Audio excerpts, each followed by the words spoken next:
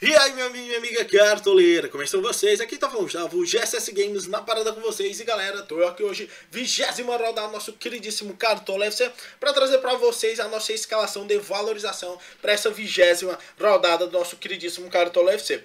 Por que, galera, estamos fazendo o time de valorização? Quem acompanha o canal aqui sabe que geralmente eu faço os times de 100 até 150 cartoletas, porém, excepcionalmente nessa semana, esses times não vão sair.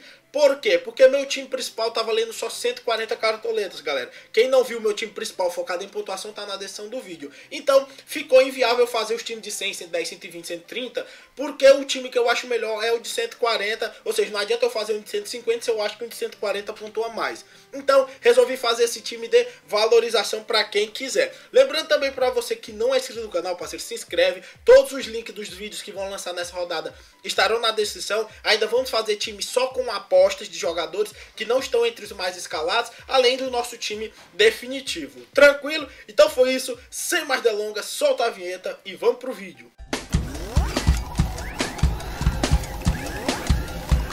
Agora o bicho vai pegar! Vai pegar você! Tá de bobeira! Voltando aqui, galera, direto com a nossa escalação. Lembrando para vocês que, como eu disse no começo do vídeo, o time é barato, apenas 122,52 cartoletas. Muita gente ainda vai me perguntar, pô, Gustavo, mas eu não tenho nem 120, eu só tenho 100, tenho só 110. Eu queria um time ainda mais barato. Galera, eu vou dando umas dicas no decorrer para dizer para vocês o que vocês poderiam trocar. Porém, esse time é totalmente focado em valorização. Para quem quer ganhar cartoletas mesmo, não precisa gastar muito e essa rodada tá muito boa, principalmente porque tem algumas peças interessantíssimas. Por exemplo, no gol, galera, temos o Magrão aqui como uma opção extraordinária. Se a gente for ver as cartoletas do Magrão, o Magrão tem vindo de 3 desvalorizações consecutivas. O Magrão tá vindo, ou seja, a perspectiva de valorização do Magrão nessa rodada é muito grande.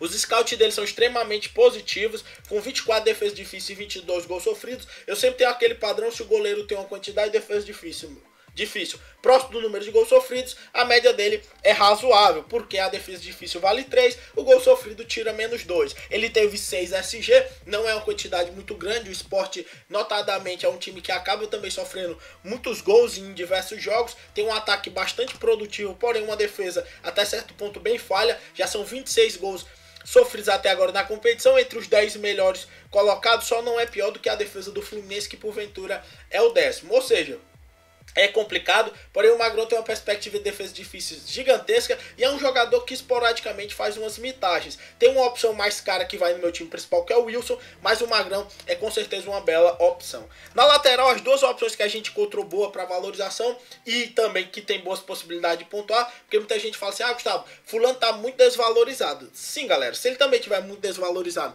e não jogar nada, não vale de muita coisa. Você tem que colocar algum jogador que tem alguma perspectiva de valorização boa e que também está desvalorizado. O Mena é exatamente esse caso. Em 8 jogos, o Mena teve 3 grandes pontuações de 21.20, 13.20, 16.40. É um jogador com 16 roubadas de bola e 18 faltas cometidas. Uma proporção razoável, não uma proporção boa. Geralmente é bom quando tem tipo o dobro de roubada de bola, ou uma quantidade de pelo menos 10 roubadas de bola acima do número de faltas cometidas. Porém, qual é o grande fator positivo do Mena?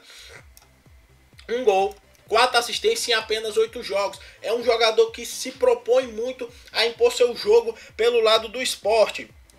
Já tem 3 cartões amarelos e um cartão vermelho, porém isso não é um fator tão negativo, visto que a média dele ainda é 6.3. Um jogador extremamente importante, uma capacidade muito boa do Sport ganhar da Ponte Preta. Lembremos que o Sport está ali no G6, é um time que mostrou uma campanha um pouco melhor se a gente pegar os últimos 5 jogos dele, não tá com uma campanha nada fora de série, mas tá jogando bem. Até quando foi derrotado pelo Corinthians, conseguiu algumas oportunidades de gol, acabou não concretizando.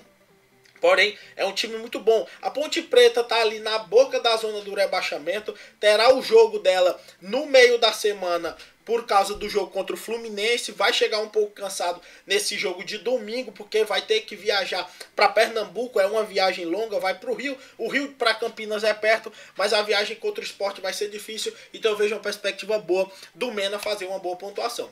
E ao lado dele, galera, vamos colocar uma aposta, desculpa, que é Marcos Rocha. 20 faltas para 18 roubadas de bola. É a mesma coisa do Mena, não é uma proporção tão boa. É 2 faltas a mais do que o número de roubadas de bola. Porém, o número de roubada de bola vale bem mais do que as faltas cometidas, quem sabe. Vale mais do que 5 vezes. Porém, é sempre importante ter uma quantidade ainda maior de roubada de bola.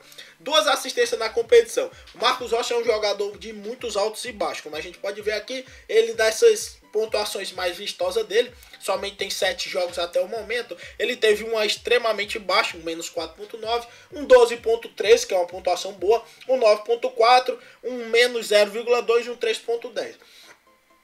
De 5 pontuações, 2 muito boas, 2 muito ruins e uma regular. É um jogador que tem uma tendência natural a fazer uma boa valorização. O Flamengo tá de técnico novo, vem de uma derrota muito feia contra o Vitória, e pegando o Atlético Mineiro, que também não tá tão bem na competição. Vai ter o jogo da Libertadores, pode ser que entre um pouco ou muito feliz, se porventura classificado, ou praticamente com um ano perdido se não conseguir passar na Libertadores. Porém, o Marcos Rocha é um jogador experiente, não está num preço tão baixo e tem uma tendência gigantesca a valorizar, por isso estou colocando ele nesse time.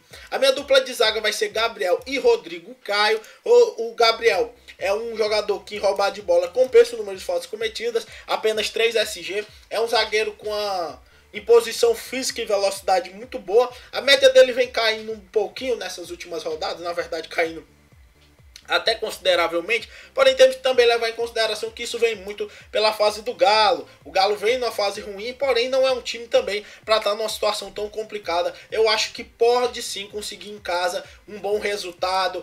Já está um pouco mais tempo com o Micali, vai ter o jogo no meio da semana, pode ser que se classifique. E o Gabriel, para valorização, é uma bela opção, vem de uma desvalorização considerável, de 2 na verdade consecutivas, então bom para valorizar. E para finalizar, o nosso outro jogador é Rodrigo Caio, galera. Rodrigo Caio não tem uma tendência tão grande à valorização. Isso é verdade. Na verdade, o Rodrigo Caio vem de valorização. Porém, galera, temos outras opções interessantíssimas para colocar no lugar dele, como, por exemplo, o Juninho do Palmeiras, galera. O confronto não é simples aqui. Eita, entreguei a paçoca toda. Acabei mostrando, mas vamos lá. Colocar o Juninho, que em roubada de bola compensa o número de faltas cometidas. O número de SG do Juninho é muito baixo em relação ao número de gol sofrido. Porém, o Juninho ainda consegue manter algumas boas pontuações. O Vasco vem numa decadência relativa. O Palmeiras vem de uma derrota dolorida nessa última rodada para o Atlético Paranaense, mas tudo leva a crer que está virando a chave e está um time mais seguro. Às vezes o Juninho está funcionando no time do Palmeiras até como lateral. Isso é uma opção muito boa para a gente, principalmente porque se ele jogar de lateral, se ele der algum apoio, roubada de bola, ele sempre foi muito bom desde o ano passado. Tem uma tendência gigantesca a valorizar, como vocês podem ver, ele vem de 3 desvalorizações consecutivas. Isso também cria uma perspectiva gigantesca para quem quer ganhar cartoletas com ele. Ajeitar aqui. E agora, galera, vamos para o nosso meio de campo. Primeiramente, vamos começar com o Patrick do Sport. Galera, o Patrick é simplesmente o maior roubador de bola até o momento do Campeonato Brasileiro no primeiro turno pelos scouts do Cartola. Perto dele está o Gilberto do Vasco. Como a gente pode ver, um scout totalmente positivo pelo lado do Patrick, um jogador muito regular, apenas uma pontuação negativa, média de 5.97, o dobro de roubada de bola em relação ao número de faltas cometidas, 52 roubadas de bola, é roubada de bola demais.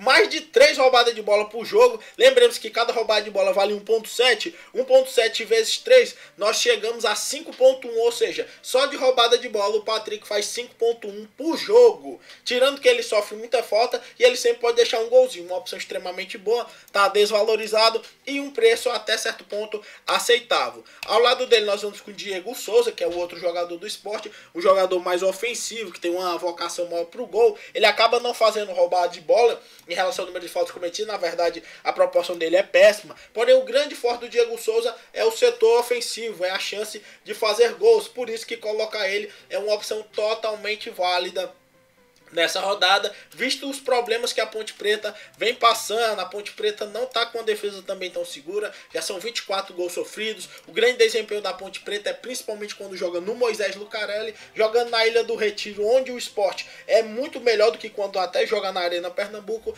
Perspectiva grande de Diego Souza e Patrick fazerem grandes pontuações. E lembremos que eu também acho que o Sport é o time mais favorito nessa rodada pelos jogos válidos pelo Brasileirão. Lembrando que não vai valer o de Fluminense e Ponte Preta, que é agora no meio da semana, nem o de Corinthians e Chapecoense, que é no próximo meio da semana. Ou seja, temos uma quantidade de jogos reduzido. Para finalizar o nosso meio de campo aqui, temos o Guilherme, do Atlético Paranaense, que em 6 jogos tem 3 gols e 2 assistências.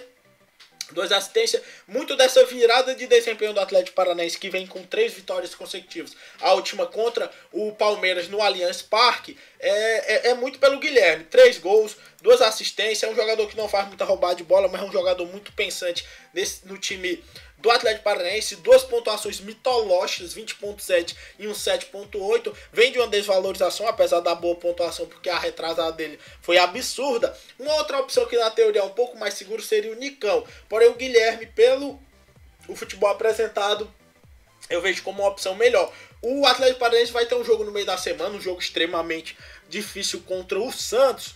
Porém, galera, eu acho que isso não atrapalha tanto esse jogo contra o Bahia, porque o jogo é no Brasil mesmo, o jogo é em Santos, depois só vai ter que voltar para casa pegando um Bahia que vem de uma vitória extremamente importante, que fez ele respirar um pouquinho melhor ali na tabela de classificação. Eu vejo o Guilherme como uma boa opção, porque em quase todos os jogos, se a gente for pegar de 6, metade ele faz gol e 1/3 ele dá assistência, uma proporção muito boa. E para finalizar, vamos aqui falar do nosso ataque de valorização, que é André Balada, Bruno Henrique e Lucas Prato. O André, galera, não tem o que falar, eu acho que ele vai estar entre os mais escalados, sem sombra de dúvida, pelo favoritismo que eu já disse do Sport. Como eu havia dito, para mim o Sport é o maior favorito, tanto que estou indo com 5 jogadores de linha do Sport, com uma perspectiva grande de quem sabe ele fazer uma grande pontuação. O André está entre os artilheiros da competição, que está principalmente, tem um bloco bem dividido. Se a gente pegar André, Henrique Dourado, Luque e Jô, que tem 9, 10, 10 e 11, é bem à frente do quinto, que é o Fernandinho, que só tem 6, ou seja, 3 atrás do André. São artilheiros por natureza. O André é um jogador que consegue fazer algumas pontuações até razoáveis, mesmo quando não está fazendo gol. Eu vejo uma perspectiva muito grande de ele fazer uma grande pontuação nessa rodada, tem uma média de 5.66 e perspectiva boa de mitagem. Depois temos o Bruno Henrique, né, galera? Jogador que cresceu muito de desempenho nessas últimas rodadas. No início do campeonato ele também era um jogador que despontava muito e agora voltou a fazer grandes pontuações, até quando não está fazendo gol, ainda pontua 3.5. Ele é um jogador que faz muita falta, porém sofre muita também. É um jogador de muita velocidade, acaba não finalizando tanto, né, galera? Porque, infelizmente, ele não é aquele centroavante do time. E os centroavantes do time, na época, agora o Ricardo Oliveira e quando ainda era o Kaique, não conseguem fazer boas pontuações. Então eu prefiro ir de Bruno Henrique. Lembremos que em 2/3 dos jogos, 4 gols e 6 assistências, dá um agregado de 10, ou seja, 2/3 dos jogos que o Bruno Henrique joga, ou ele faz um golzinho ou dá uma assistência, é uma proporção muito alta. Lembremos também que o Fluminense é um time que tem uma defesa muito fraca, como eu havia dito, entre os 10 melhores classificados do campeonato. Se o Sport era a segunda pior defesa, o Fluminense é a pior defesa entre os 10 primeiros colocados, por isso estou indo de Bruno Henrique. E para finalizar, nós vamos colocar Lucas Prato, que é o jogador que mais finaliza no Campeonato Brasileiro.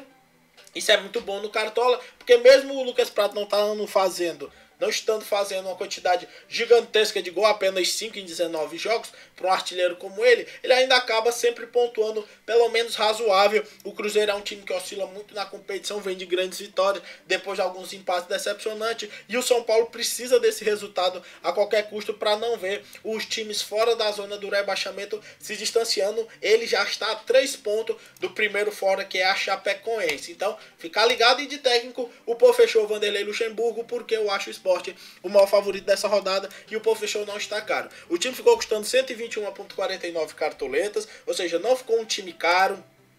Algumas opções para você que não tem tantas cartoletas e quer fazer algumas trocas. Troca o Diego Souza, que é um pouquinho mais caro. O Lucas Prato, você já consegue um time próximo de 100 tranquilamente Porém, se você quiser valorizar, esse é um time espetacular para quem só está pensando em valorização. Quem quiser também ver o nosso time de pontuação, vai estar na descrição do vídeo, galera. E pode mesclar algumas peças. Na verdade, muitas das peças desse time estão no nosso time principal, como Bruno Henrique, André, Diego Souza, Patrick, Mena e o próprio Vanderlei Luxemburgo. Ou seja, basicamente metade do time está totalmente igual. Tranquilo? Então foi isso. Sempre pedindo para você que assistiu o vídeo até aqui, não papo com like, se inscreve no canal, acompanha a gente também nas nossas redes sociais, estão na descrição. Um abraço a todos, rumo à amizade e valeu!